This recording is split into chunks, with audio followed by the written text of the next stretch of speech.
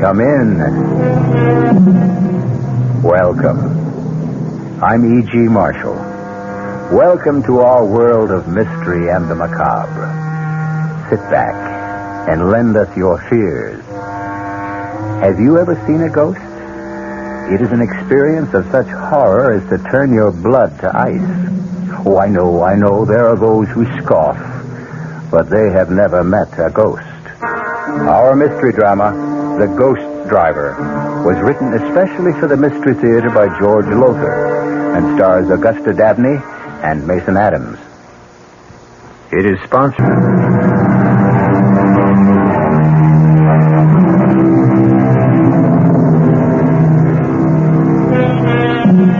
Do ghosts exist? Mel Stout doesn't think so, but his wife Liz feels differently. If it had been up to Liz, they'd never have bought Gormley Lodge on top of Manitou Mountain in Colorado. Why? Because according to local legend, the former owners, the Putnams, had been sent crashing to their death by a ghost driver who came at them head on. Now, in the living room of the lodge... Liz, I've had it up to here with that brother of yours. Oh, now, I mean, he promised to help finish painting his living room before the Duncans arrived tonight, and where is he? Mel? I'll tell you where he is. He is out on the slope skiing, enjoying himself as usual. Well, you just be reasonable. Now, if we didn't have Rory, where would we get a ski instructor, I'd like to know? We certainly can't afford to hire one, any more than we could afford to have this place painted. Oh, I'm sorry. It's just that I've got so darn much on my mind. Liz, I just hope that I haven't made the mistake of my life and yours. We'll make a go of the lodge. We're off to a pretty good start. The Duncans arrive tonight, and they're booked for a full week. And the Todds and the Morgans arrive next week. Yeah, and after that? Well, darling, our newspaper ads ought to get us more customers. Just ask yourself, darling, what would you rather be doing now? Painting the living room of your own ski lodge with paying guests arriving tonight? Or slaving away at your old accounting job in Aspen? Well, at least that brought a check in every week. Oh, Nell, you've wanted to be your own boss for years. And so we bought this old mansion on top of Manitou Mountain to start our own ski lodge. The old Gormley Mansion. And we're going to keep at it until we make a success of it. Liz, you're marvelous. Oh, there's somebody at the front door. I'll get it. Oh, Mrs. Gormley. Come to pay you a visit, Miss Stout. My first formal visit. Well, that's very good of you, Mrs. Gormley. Well, won't you come in? All right, Jason, you heard the lady. Wheel me in. Yes, Mother. You know my son, Jason? You've met? Yes, briefly. Mel, the Gormleys have come to pay a visit. I see you, Mrs. Gormley. Jason, hope you don't mind if I finish this painting. Oh, go right ahead. I'd give you a hand, old as I am, but my arthritis keeps me in this wheelchair. Jason, why don't you... No, thanks. I couldn't think of asking a fine arts painter to do... Fine art. You hear that, Jason? Mr. Stout complimented you. Called the mountain scenes you paint fine art. Well, they are. Why, I saw some of them in the ski shop in town. They're very good. Do you sell many? A few. Oh, just enough to cover the cost of the paint and canvas. Oh, yes, and a quart of whiskey now and then. Mother, please. Well, now, if they don't hear it from me, Jason, they'll hear it from others. A drink now and then. Now and then. Tell the Stouts how you play Russian roulette with that old revolver of your father's when you're drunk. Stop it, Mother. Stop it. Perhaps you'd like some coffee, Mrs. Gormley, or tea. It won't take a minute. No, thank you. We won't be here that long. Now, I've come to do for you what I did for the Putnams. Them that bought my house out from under me 3 years ago. Out from under you? Mrs. Gormley, are you saying that we have done that? Forced you out of your house? Well, haven't you? Oh, it's not your fault. Jason's father left us destitute. Left me destitute, I should say. With a son too lazy to support his old mother. So I had to sell this beautiful place. Mother, the Stouts aren't interested in all this past history. Well, they'd better be. If they value their lives. Value our lives? Well, Mr. Halliday didn't tell you. Of course. Tell us what? About how the Putnams met their death. Why, yes. The real estate man told us about the accident. That was no accident. No more than my husband's death was an accident. He died in the same way? His car crashed off the bridge into the gorge? Right. 800 feet down into the gorge, to the rocks 800 feet below. But no accident. Suicide. The Putnams didn't commit suicide. Not them.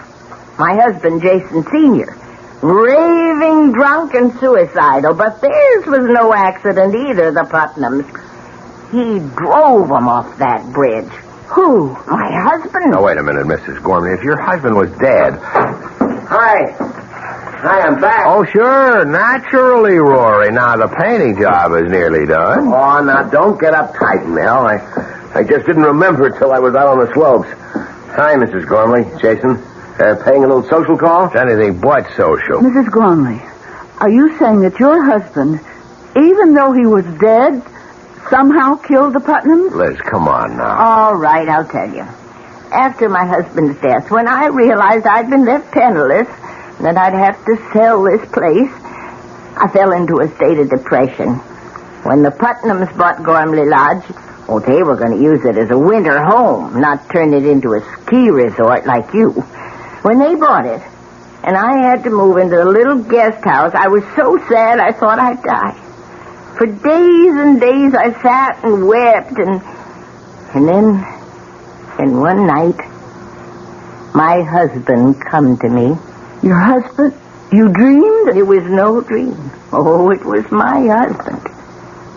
His ghost. Oh, for the love... Rory. He stood at the foot of my bed, and he begged my forgiveness for leaving me a pauper and breaking my heart. And he said, Jessica, I promise you'll live in Gormley House again. And then he vanished. The very next night, the Putnams crashed through the bridge over Gormley Gorge. Well, accidents do happen. It was no accident. Now, the real estate man didn't tell you the whole story. Mrs. Putnam lived long enough to tell just what had happened. Well, you can ask the sheriff. The Putnams didn't go off the bridge by accident. They were driven off it. Forced to swerve off it by an oncoming car. A car driven by a skeleton. Good heavens. That's what I wanted to tell you. And now you know. Good day. Well, what kind of a put-on is this? She's trying to scare us out of here. I'm trying to save your lives. You're trying to get back into this house. That's what you're doing. Just the way you moved back after the Putnams got killed and lived here a full 3 years until now. Rory, have some respect. Respect? No way. She may be old, but she's as shrewd as they come. She frightens you off, then moves back in again and stays until some other sucker comes I along. warn you. Just let us know when your husband's ghost shows up again. It did. What? Last night. Oh, man, this is the neatest rip-off. Shut up, Rory. Will you... Your husband's ghost? Last night? Yes. And he used the same words. Jessica, I promise you'll live in Gormley Lodge again. Oh, I beg you, listen to me. The Putnams wouldn't and went to their death. Oh, Mrs. Gormley, you're really out of sight. You know... You, so smart. You're so sure of yourself. You think he isn't watching and listening, my husband? Do you think he doesn't know how you insulted me? Do you think he'll not repay you? Oh, yes. If people are to die this time, too, you will be the first. Now, be warned. Jason, wheel me back. Be warned.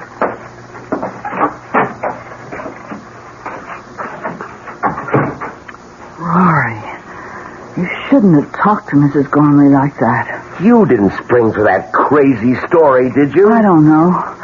I wonder. What, Liz? Mel, call the sheriff. Find out if Mrs. Gormley's telling the truth. Oh, come on, Liz. I look like a fool. Anyhow, I've got to finish this paint job. What? Liz, you're not... I must find out. Suit yourself. You always do.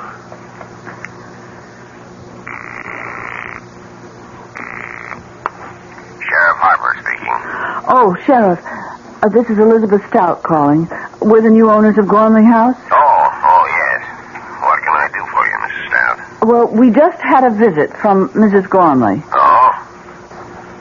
What do you mean, oh? Oh, nothing, Mrs. Stout, only she can be a little hard to take. Getting on in years. Yes, well, what I wanted to ask you... Of course, you remember the accident to the Putnams 3 years ago, crashing off the bridge over Gormley Gorge. Yes, I remember. Well, according to Mrs. Gormley, Mrs. Putnam lived long enough to tell you what had caused the accident. Is that so? Yes, it is. And what did she tell you? Well, now, Mrs. Stout, she was near death. Maybe out of her head with pain and shock. What did she tell you, Sheriff? Did she tell you that they had been forced to swerve off the bridge because of another car that came straight at them? A car with a skeleton driving it? Well, as I said, she was out of her Did head. she? Yes, that's the story she told me. Thank you. Goodbye. So? Mrs. Gormley told the truth. The Putnam woman was dying. Anybody in that condition is liable to say anything. I suppose. Now, look, just get off it, Liz. We put our life savings, every cent we've got in this place, and I'm not leaving, ghost or no ghost. Well, speaking of leaving, I'd better get on down into Manitou and pick up the Duncans at the airport. Well, it's a bit early, isn't it?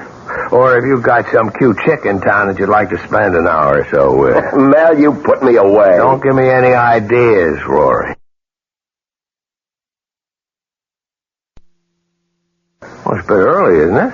Or have you got some cute chick in town that you'd like to spend an hour or so with? Mel, you put me away. Don't give me any ideas, Rory.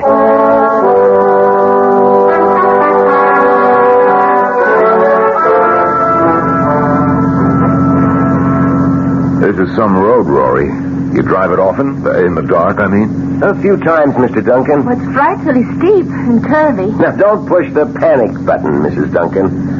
I'll get you to the top of Manitou Mountain safe enough. You'll be enjoying a hot toddy in front of the fireplace at Gormley Lodge before you know it. Maybe you better slow down a little. Ah, it's okay. That was just a patch of loose shale. You much of a skier, Mr. Duncan? Oh, I do okay. My wife will need some lessons, though. I take it Gormley Lodge has a pro. Oh, the best. Me? Well, fine. Say, this road is steep and curvy. Must be pretty spectacular. Views, I mean, in the daytime. It's spectacular enough right now, what I can see in the headlights. We've got some views, all right. Here's one. It's real cool. From the bridge over Gormley Gorge. Steep? 800 feet straight down. Yeah, it's too bad there isn't a moon tonight. I'd stop on the bridge and let you have a look. What's that sound? We're crossing the bridge now. A wooden bridge over Gormley Gorge. About 500 feet across. Hey, what's it? Lights of a car. Coming fast. That damn fool is coming straight at us. Get over! A skeleton driving that car. Hey, we're going off the bridge!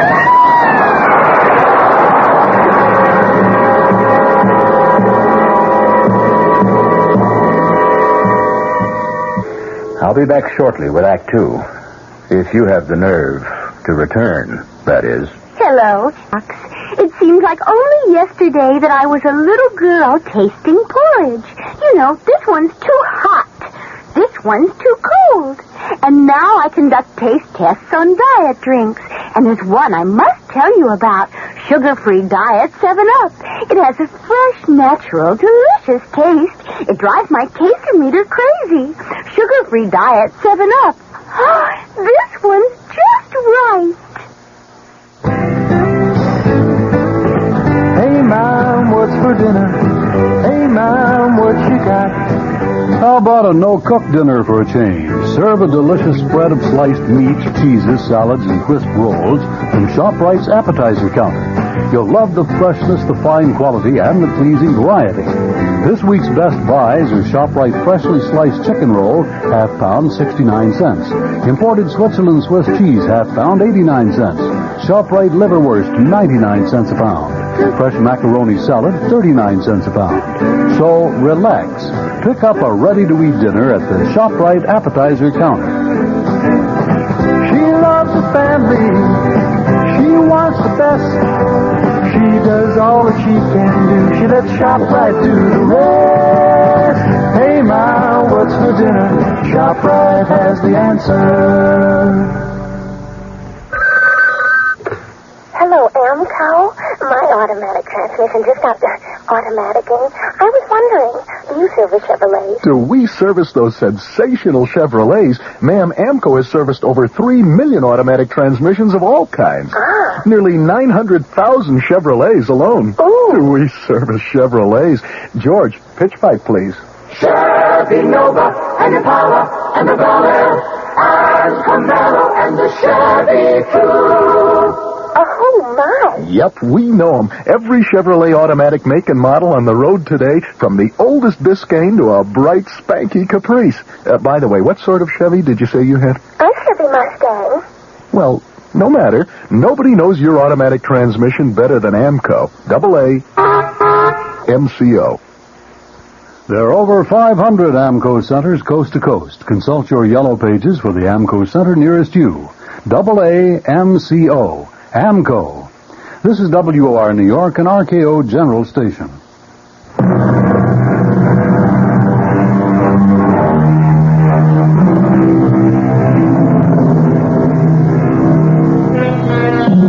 Terror, unless you have experienced it, is only a word. I could employ all the art at my command, my voice, the words I choose, to convey to you the full impact of terror. Yet, I know I should fail, even as Michael Duncan fails now in telling his story to Sheriff Harper on the bridge over Gormley Gorge the next morning. Terror? You say you experienced terror? What would you experience, Sheriff? Delight? Mr. Duncan, I'm only trying to get at what happened here last night. Excuse me, Sheriff. Yes, Mr. Stout, what is it? Will it be much longer before they get the bodies up? Hard to say. Why? I'd like to get back to the lodge. My wife is alone, and you can imagine her condition after hearing of her brother's death. Say nothing of how it happened. Sure, you go ahead. I'll let you know when you're needed to identify the bodies. I'm sorry about your brother-in-law, Mr. Stout, and the publicity. Publicity? And this is the second time the ghost driver has struck. Ghost driver? And the news has got out. I hear they're sending reporters over from Aspen. That's great. That's just what I need. That'll end my ski resort business for good. Not that it ever got started. Wait a few minutes and I'll ride back up with you. Nothing I can do either till they recover Jill's body. Oh, yes, there is, Mr. Duncan. You can give me a full account. Now, look, Sheriff, I've told you all I know. We were driving across this bridge when we saw this other car coming straight at us. Stout's brother-in-law was driving. He swerved to avoid the oncoming car and went through the guardrail. In the split second between swerving and going through the rail, I leapt clear and saved myself. I wish I could say the same for that boy and Jill, my wife. About the skeleton at the wheel of the other car. Why do you keep harping on that? Because it's something to harp on. If you saw a skeleton driving that car... I didn't. You said... I know what I said, but I've got to be wrong. I couldn't have seen what I thought I did. Why not? Because I don't believe in skeletons driving cars. I don't believe in ghosts. Now, take it easy, Mr. Duncan. All I'm after is a complete report. The fact. All you're after is the publicity you're going to get out of this. Put you on the map, won't it, Sheriff? Why, you might even get a job in one of the big Colorado ski resorts like Aspen or Vail. That'll be enough, Mr. Duncan. You can go. I'll phone the lodge when I need you.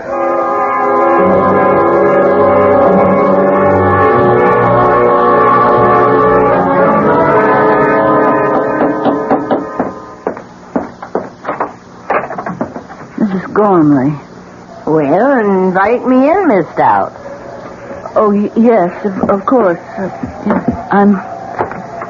I'm surprised to see that you're not in a wheelchair. Oh, it depends on how bad my arthritis kicks up.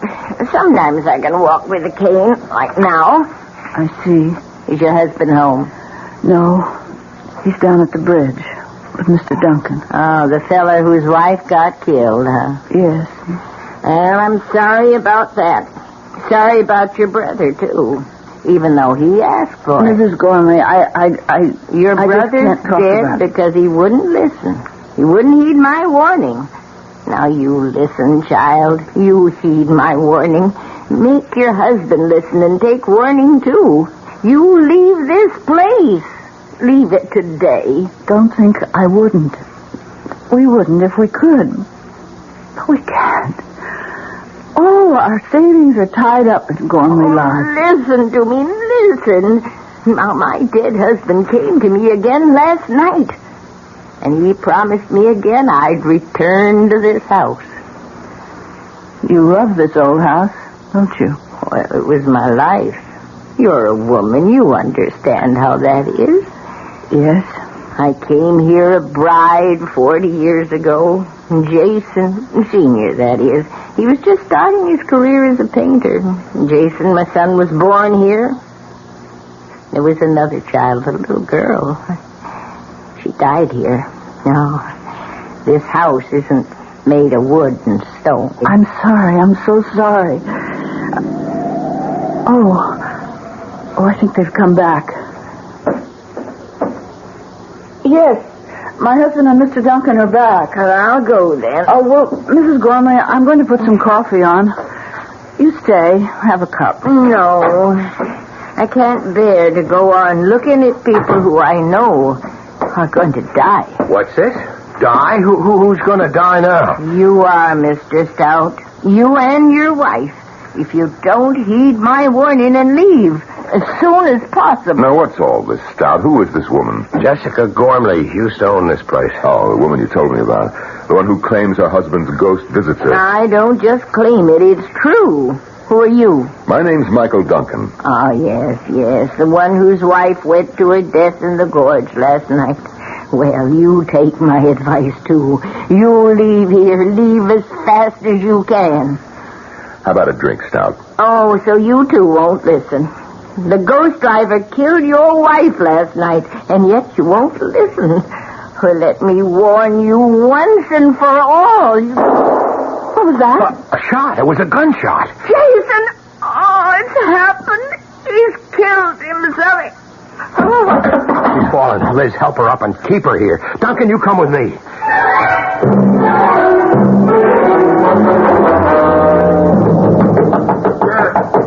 You're coming.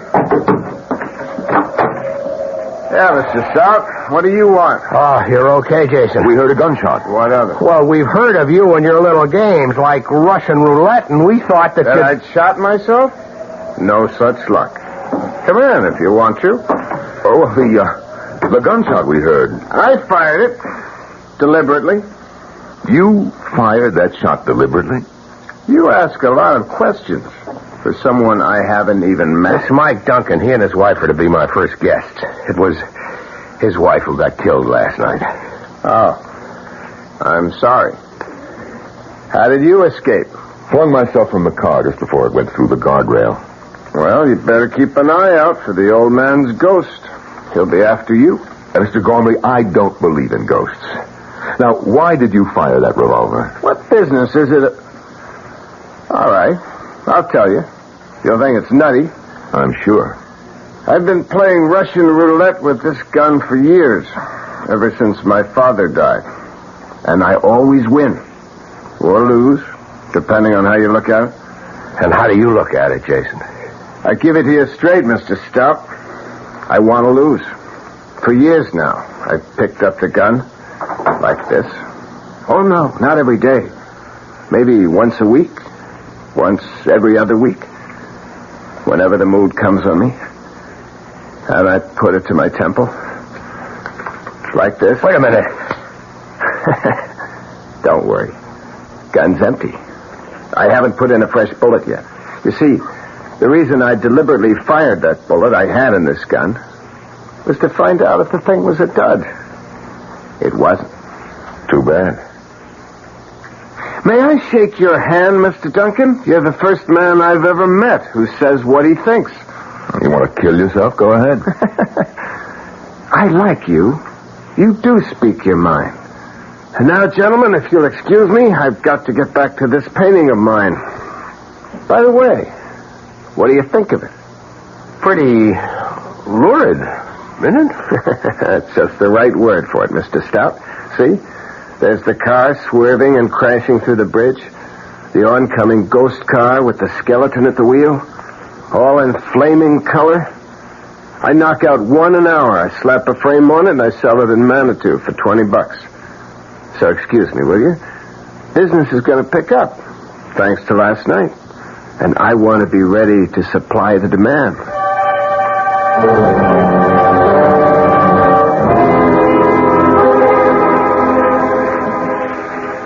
It's been a rough 24 hours, Miss Stout. It's a nice chair. Just right for sitting in front of a fire. Cost you plenty, I bet. Yes, plenty. But that isn't what I'm thinking about. You're thinking about your brother and my wife lying in their coffins at the undertaker's in Manitou. Yes, and also that even a small village like Manitou has an undertaker. Birth, death, taxes. The only sureties in life, Mrs. Stout. Liz. Mike. I like your husband. Me too. He told me about everything. About what getting this ski resort means to you. Your life savings invested, all that. All down the drain, I'm afraid. The publicity? What else? Every reservation's canceled. Well, all except one. But that'll come in, too. It has, Liz. Yes? Here it is. Please cancel my reservation for next week, Frank Norton. Has a family of 4. Telegram phoned in from Aspen. Anybody got a sponge? A sponge? So I can throw it in. I'm through, Mike. You always give up this easy? What do you mean, easy? Just that. Do you always fade when the going gets tough? Well, this is the time to start fighting. Does it make good sense to let all this go down the drain because somebody's playing a trick on you? A murderous trick? Do you think it's a trick? What else could it be? A skeleton driving a ghost car? What else but a trick? Well, what else? You were in that car last night. You saw. And it was a skeleton behind the wheel of the oncoming car. You told the sheriff that. You can still say that it was a trick, yes. What kind of trick? Damn it, Mike, you admit you saw a skeleton driving a car, but you can still call it a trick? See, I see you don't answer. Look, Mel, I'm a practical man, a businessman. You think being a businessman is simple? Oh, no. I've had troubles that would make yours look like nothing. Today you won't find anybody more successful than me. But I've been bankrupt twice. Yes, and paid off every cent. How? Well, not by running away, the way you want to, but by standing up and fighting. And that's what you've got to do right now. How? You tell me how, and I'll do it. Look, we'll do it together. I've got a stake in this, too, you know. My wife is dead. Murdered. Yes, murdered. Not by a ghost, but by a trick. And if it's the last thing I do, I'm going to find out who played that trick and make him pay. And you don't think it's a ghost? Do you? Answer me. Do you believe in ghosts? Did you believe before you came here and ran into this mess you're in? Well, no, I didn't. Then why start believing now? Ghosts, my foot. Now, this is a trick. Somebody wants to stop you from turning Gormley Lodge into a ski resort. And if you ask me, it's the Gormleys. One or the other or both is behind all this. Or that sheriff down in Manitou. The sheriff? Oh, Mike, you don't really think that I don't know what to think, Liz. All I know is that somebody's behind this, and those are the 3 likeliest suspects. Now, look, I'm no Sherlock Holmes, but I've got a brain, and I've got guts, and well, my wife is dead, my Jill. Well, I'm just going to find out who killed her, that's all. The tougher they are. You like a drink, Mike? No, thanks. I'll be okay. Especially when I nail that murderer. What have you got in mind? Well, it'll be dark in about an hour. We take the car, Mel, you and me. We take the car, and we drive up and down that road, all night if necessary, to meet up with this so-called ghost driver. And when and if we meet up with him... Yes? If and when you meet up with him, what? We don't turn aside. We don't swerve out of his path and off the bridge. We drive straight at him and keep driving at him. If he's a ghost in a ghost car... we'll drive through him. And if he isn't? If he isn't? Well, if he isn't, it'll be one hell of a crash.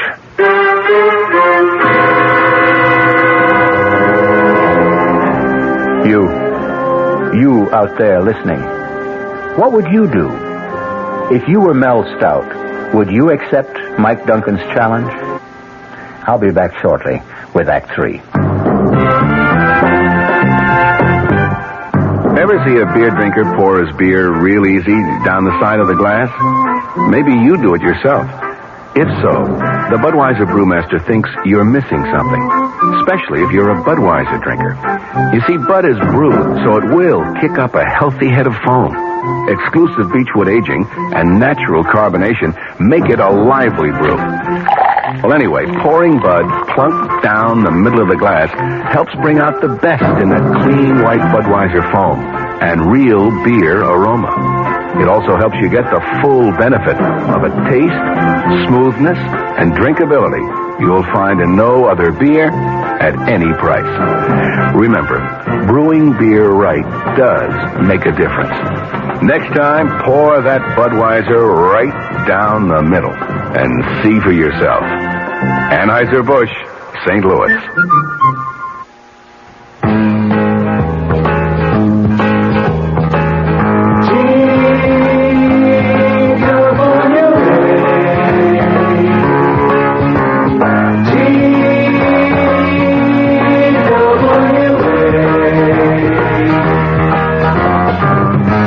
Thought you couldn't afford to fly to California this summer, TWA has some good news for you. You can. Thanks to TWA's demand schedule service, you can fly to California for only $125. Just make your reservations 90 days before you want to go and put down a $20 deposit for each way. For all the details, call your travel agent. TWA's demand schedule service. Now you can afford to fly to California.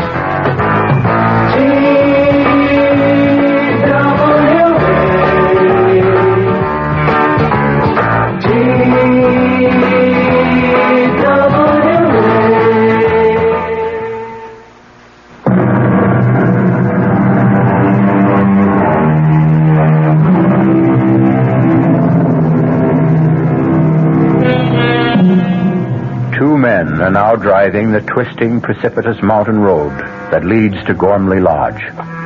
One, Mike Duncan, believes that the ghost driver they hope to meet is nothing but a trick. Mel Stout, his life savings, every penny at stake, has had no choice but to go along. Mike, I'm bushed. Let's make this the last trip. We're going to drive up and down this road till dawn. Yes, and night after night if we have to. Until we meet up with our so-called ghost driver. This is the 6th time we've been up and down this mountain road. Okay. Pull over. I'll drive. Get out your side. I'll slip behind the wheel. Yeah. Hey, there's a car coming up behind us. Red light flash. That must be the sheriff. There's the sheriff, all right. Hey, Mr. Stout. Oh, and you, Mr. Duncan. What are you doing here, Sheriff? Well, that's what I want to ask you. I got a report from Mountain View House across the valley there that they were seeing headlights going up and down this road. Guess I don't have to tell you everybody around here's on edge after what happened last night. Now, what are you up to? We're not up to anything, Sheriff. We're driving this road in hopes of meeting up with whoever or whatever killed my wife and Mr. Stout's brother-in-law. And get yourselves killed in the bargain? Oh, no. You drive on up to Gormley Lodge, and when you get there, stay there. You make that sound like an order, Sheriff. That's what it is, Mr. Stout. Well, I guess we better do like he says, Mike. I don't think so. Oh, you don't? No, I don't. This is a public road. We've got a right to be on it.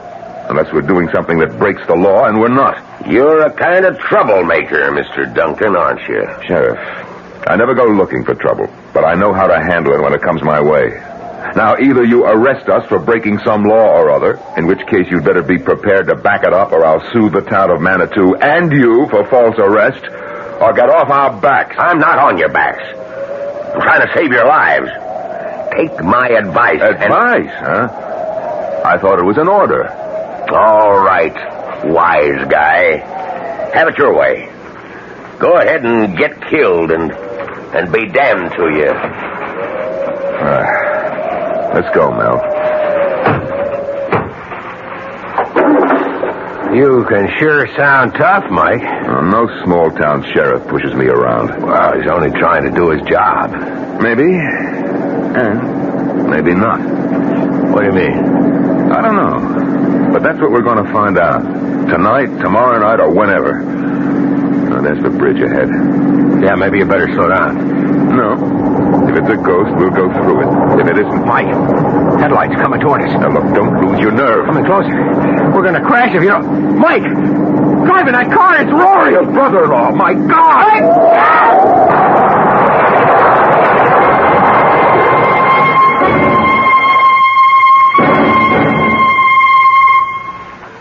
Mel, Mike, I can't believe it. Can't believe it myself, Liz. Not only what we saw, but getting out of it with our lives. The fates were with us, Mel. I lost my nerve. I have to admit that. I just couldn't keep driving straight at that awful thing coming toward us.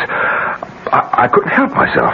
I swerved at the last second. Well, thank God we hit that stanchion instead of going off the bridge. But Rory driving the other car, it's impossible. Rory's dead. We're burying him tomorrow. Rory's dead, that's for sure. But it was Rory driving that car, that's for sure, too. Then ghosts do exist? Mel? Yes, huh? After the funeral tomorrow, let's get out of here. Let's go away from this place as fast as we can. And go where? Oh, back to Aspen, of course. Liz, we're broke. We haven't enough dough left for a motel room. Where would we stay? How would we live? Mel, I didn't know things were that bad for you. Putting this place back in shape cost me just about every penny I had. Well, look, would a loan help? You'd be willing to... Well, sure. I like you two, and, well, the way things turned out, we've gotten to know each other real fast. Practically friends. So...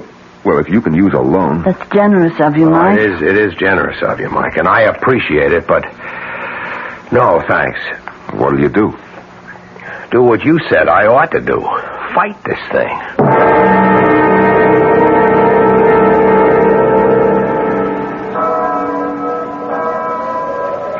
Liz? Mike?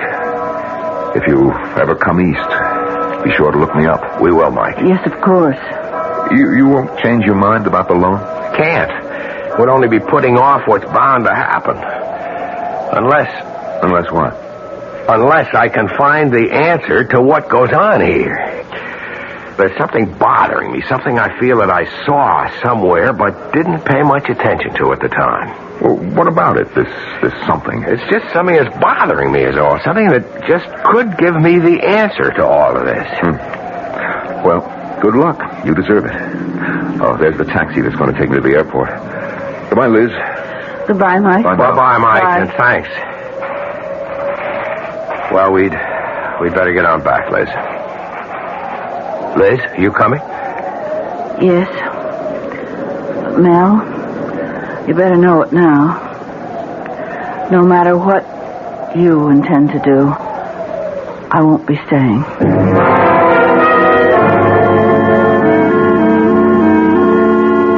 Mel, we've got to face the facts. Buying this place was a big mistake. I admit it now. But there's no sense in crying over spilt milk. What's done is done. So, darling, let's just turn our backs on it, walk away from it, and start again. Start what again? The treadmill of office work? The dreary day-to-day monotony of auditing accounts, toting up figures? I can't bear to go back to that kind of life. I have got to make a go of this. I don't have any other choice. But is it worth your life? Ghost or no ghost, Mel, it's killed 4 people. It would have been 6 if you and Mike Duncan hadn't been lucky enough to hit that stanchion. And it will be 6 if you insist on driving that road again tonight. 6? How do you make it 6?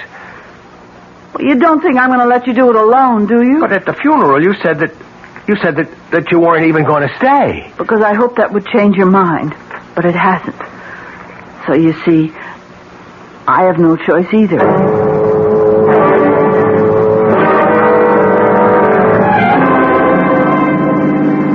It's just like last night with Mike. From the top of the mountain down to Manitou, then back up again and again, and no sign of him. But he did show, finally. And Mike lost his nerve, swerved aside at the last second. Let's hope I don't lose mine. Will it matter? What do you mean? Well, if you lose your nerve, we'll go off the bridge. If you don't, and the ghost car isn't a ghost car, we'll be killed in the crash. If there is a crash, but there won't be. You seem awfully sure of that. I am. Remember at the cemetery I told Mike there was something I had seen but hadn't paid any attention to? Yes. That if I could only remember what it was, I'd have the answer to all of this? Yes. Well, it's come to me. Driving up and down the mountain tonight, it suddenly came to me. See, it wasn't something I'd seen, it was something I'd heard and paid no attention to. Something I knew but didn't realize what it meant. And if I'm right, Liz, if I'm right... What is it? What did you remember? We're on the bridge now. Let me concentrate on driving.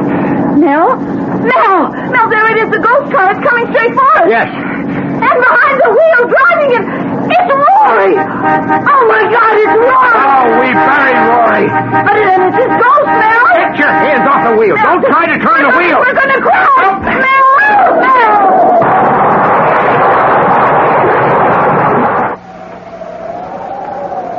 Mel?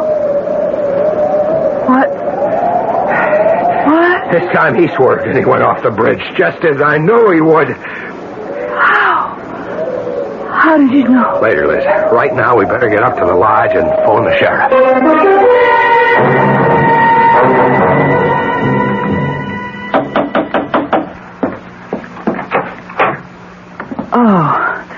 Oh, come in, Mrs. Gormley. Mel? Mrs. Gormley's here. Please, won't you sit down? Yeah, thank you. Hello, Mrs. Gormley. I'm sorry about last night. I'm not. Mrs. Gormley, Jason was your son. Oh, he was the torment of my life. Every day I lived. Of course, I'm sorry he's dead, but... I can only be glad it's over for me. Did you know that your son was the ghost driver? I suspected, but I was never sure. You see, it was Jason who wanted to go on living here in this house far more than I did. Oh, you can understand. He was born here. He grew up here. Started his painting career here in a fine, big studio upstairs. Tragic. Just tragic. Even more tragic if it hadn't been for you. How did you come to know? What made you realize that my son was the ghost driver? A gunshot. A gunshot?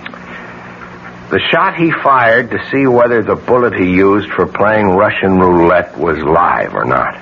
Well, I don't follow you. You see, something kept bugging me, Mrs. Gormley, but I couldn't nail it down because I kept thinking it was something that I'd seen. But then suddenly I realized it wasn't something I'd seen, but something I'd heard. That gunshot. I still don't know. It got me to thinking about Jason playing Russian roulette, playing with life and death. And that got me to thinking a step further. Sure, Russian roulette. Only a fool or a would-be suicide would play it. But the fact remains that the odds are in his favor.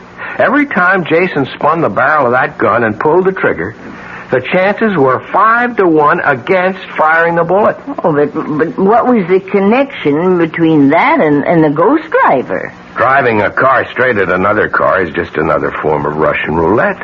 Ah, yes, I see. Well, Sheriff Harper came to see me, and he said Jason was wearing a mask, a papier-mâché mask of your brother's face. Yes, and it wasn't a very good likeness of my brother. But it didn't have to be. It looked enough like him to fool you when you saw it under those awful conditions. The night and the headlights and the car coming straight at you.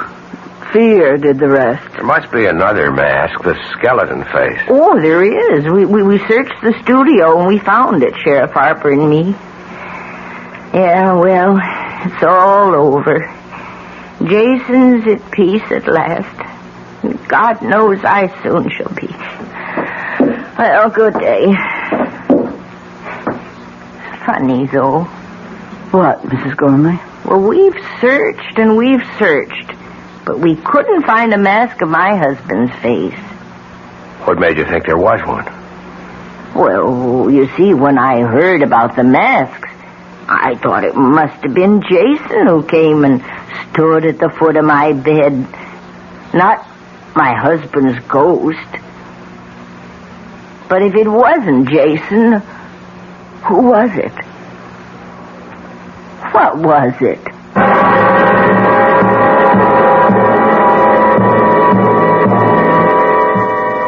An interesting question. What was it indeed? I'll be back shortly. Hi, Ms. Goldilocks here. Professionally taste-testing diet drinks can be very difficult, but I've just had to bear with it. Then I found sugar-free Diet 7-Up. It doesn't taste like other diet drinks.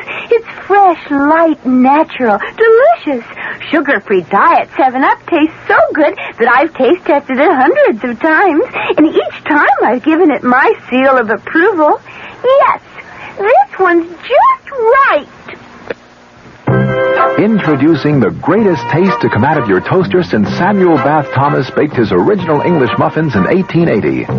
Thomas's new onion English muffins. Little bits of real onion blended into Thomas's original English muffin recipe create a tangy taste that makes everything fantastic, like burgers and cream cheese and cold cuts. Even butter tastes better. Thomas's new onion English muffins. The greatest new taste since 1880.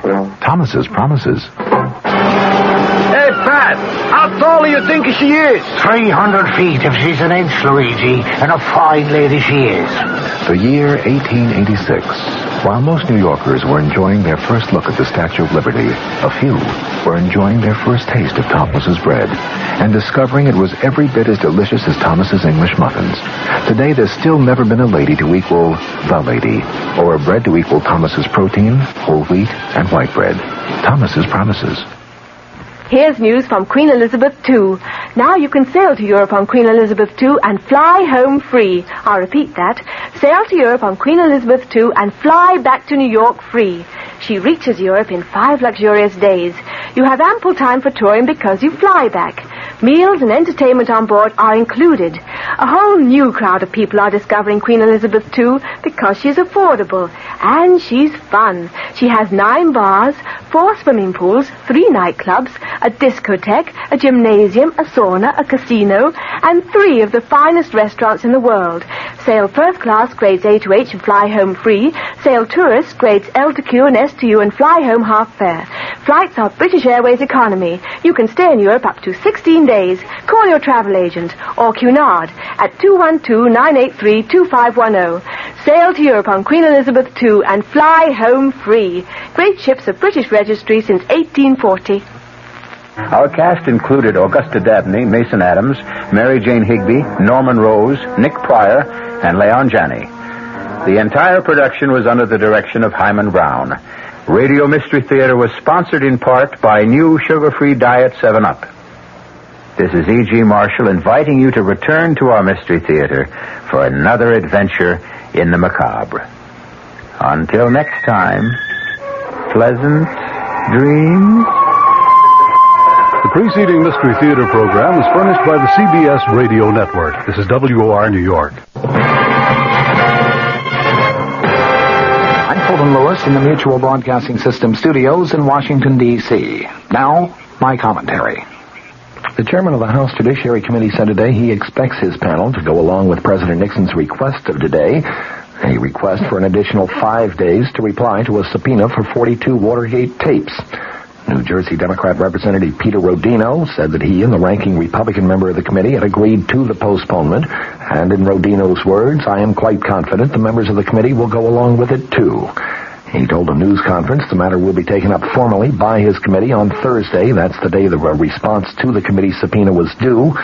The delay requested by the White House today would put off the response until next Tuesday. At the White House, Deputy Press Secretary Gerald Warren attributed the White House request to the pressure of business at the White House and the demands on the president's time. Chairman Rodino said that the delay was requested by James St. Clair, the president's chief Watergate attorney. It was requested in a telephone call yesterday to John Doerr, the chief counsel of the impeachment inquiry. The chairman said that he and Representative Edward Hutchinson of Michigan, the ranking Republican member of the committee, instructed Dorr to ask St. Clair why at least some of the subpoenaed material could not be furnished on Thursday.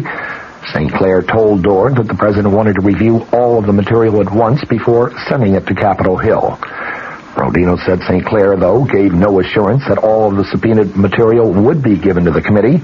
Asked about reports of the White House plan to give the panel transcripts rather than tapes, Chairman Rodino replied transcripts would not be satisfactory. White House Deputy Press Secretary Warren said a lot of work has been and is being done to compile the material necessary to prepare a response. The president himself has spent many, many hours reviewing the response and has determined that he would like some extra time to review the response in its entirety.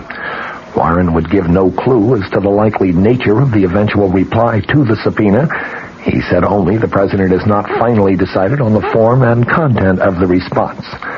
Asked if the request for a delay might not be considered inconsistent with repeated White House calls for a speedy resolution of the impeachment question, Warren said, quote, "It is consistent with our position and with the president's position to deal responsibly with the House Judiciary Committee, and that is what we are doing."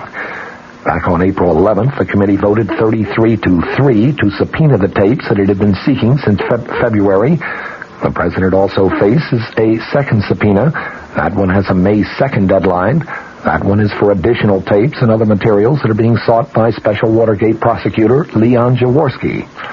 Asked if the president might not also seek an extension of the May 2nd deadline, Warren said today, "I know of no such requests." Now, this. What has Sheridan done for you lately? What has Sheridan done for you now? Next time you travel to Canada for business or pleasure, you'll find 20 sparkling Sheraton hotels and motor inns, coast to coast, from Quebec to British Columbia. What has Sheridan done for you lately? In Toronto, the new Four Seasons Sheraton has a 5-story waterfall right in the lobby. In Vancouver, there are 2 new Sheratons. And for a reservation at any Sheraton, call 800-325-3535 or have your travel agent call. That's 800-325-3535. That's what Sheridan done for you lately. That's what Sheridan done for you now. Sheraton Hotels and Motor Inns worldwide. White House officials say privately that they're not really sure how they should interpret Vice President Gerald Ford's remarks to 1,300 newspaper and broadcast industry leaders yesterday. One school of thought is that he was not taking any pot shots at the president. Others, however, read into his comments a significant break from Mr. Nixon on the Watergate tapes issue. The vice president said that the president might have tried harder to get the story of Watergate out sooner, and that he should begin cooperating as fully as possible to clear the issue up now. A committee subpoena for tapes and documents, of course, was due Thursday, but the request has been made now to postpone that till Tuesday. Ford, in his speech yesterday, said, "It's pretty hard to put yourself back into the shoes of somebody else in a situation like this. I do read the newspapers very extensively. I could not have been oblivious to some of the things that were going on that has taken place or has transpired. It would be my technique," he said, "if I were in those shoes, which I hope and trust does not take place, but it would be my technique to want to find out as quickly as possible. I assume that the president did. In fact, I have good reason to believe that he did." Unfortunately, the vice president added, unfortunately, some of the people who should have known obviously did not give him the full story. Now, whether there should have been a more vigorous prosecution of all the details, that's a matter of judgment. And in my case, I think I could have tried to nudge some of my employees about as hard as I possibly could. Ford went on to say that the president knew nothing in advance about the burglary and bugging of the Democratic Party headquarters in Washington's Watergate complex during the 1972 presidential campaign. The vice president also said that he is confident that the president had not committed any impeachable offense under the Constitution. But he nonetheless urged the president to make every effort to settle the issue once and for all. The vice president said, "I have indicated to him on a number of occasions that I thought he should do anything reasonable in order to clear up the problems that have developed subsequent to Watergate itself. I have consistently said the sooner any and all relevant evidence was made available, the better the Congress could consider and the American people evaluate whether or not the president was involved prior to, at the time of, or subsequent to the Watergate break-in. The Vice President added, I hope and trust that sometime in the next 48 or 72 hours, the White House will cooperate to the maximum in making available to the House Committee on the Judiciary the relevant material that the committee has requested. He drew applause from his audience when he added, I strongly believe that to be the right course of action, and I hope and trust the decision follows that pattern.